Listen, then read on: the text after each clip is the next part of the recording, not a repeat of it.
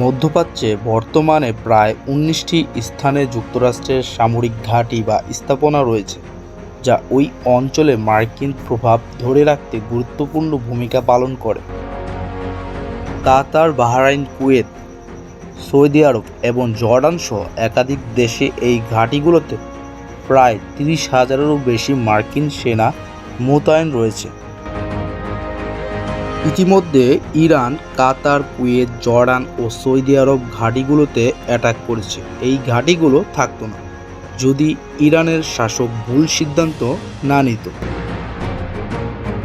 ইরানের প্রেসিডেন্ট সাদ্দাম যখন কুয়েত দখল করে নেয়, তখন সৌদি আরবের নেতৃত্বে আরবের নেতারা সাদ্দামকে অনেক বোঝাতে চেষ্টা করেছিল যাতে সে কুয়েত দখল ছেড়ে দিয়ে ইরানে চলে যায় এবং আরব রাষ্ট্রগুলোতে হামলা থেকে বিরত থাকে।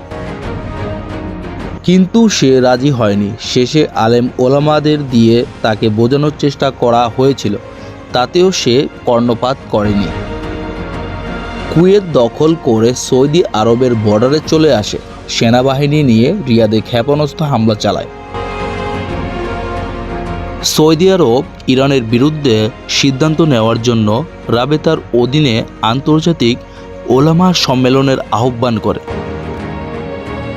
মক্কায় রাবেতার অধীনে সম্মেলন শুরু হয়ে 2 দিন অতিবাহিত হয়ে গেলেও সাদ্দামকে দমানোর জন্য পশ্চিমাদের সাহায্য নেবে কিনা সে বিষয়ে কোনো সিদ্ধান্ত পৌঁছাতে ব্যর্থ হন।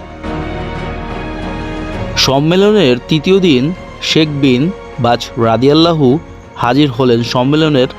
উনি ফতোয়া দিলেন, শয়তান 2 প্রকার।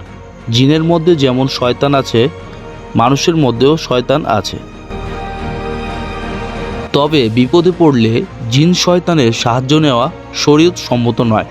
তবে মানুষের মধ্যে যে শয়তান আছে তাদের সাহায্য নেওয়া যেতে পারে।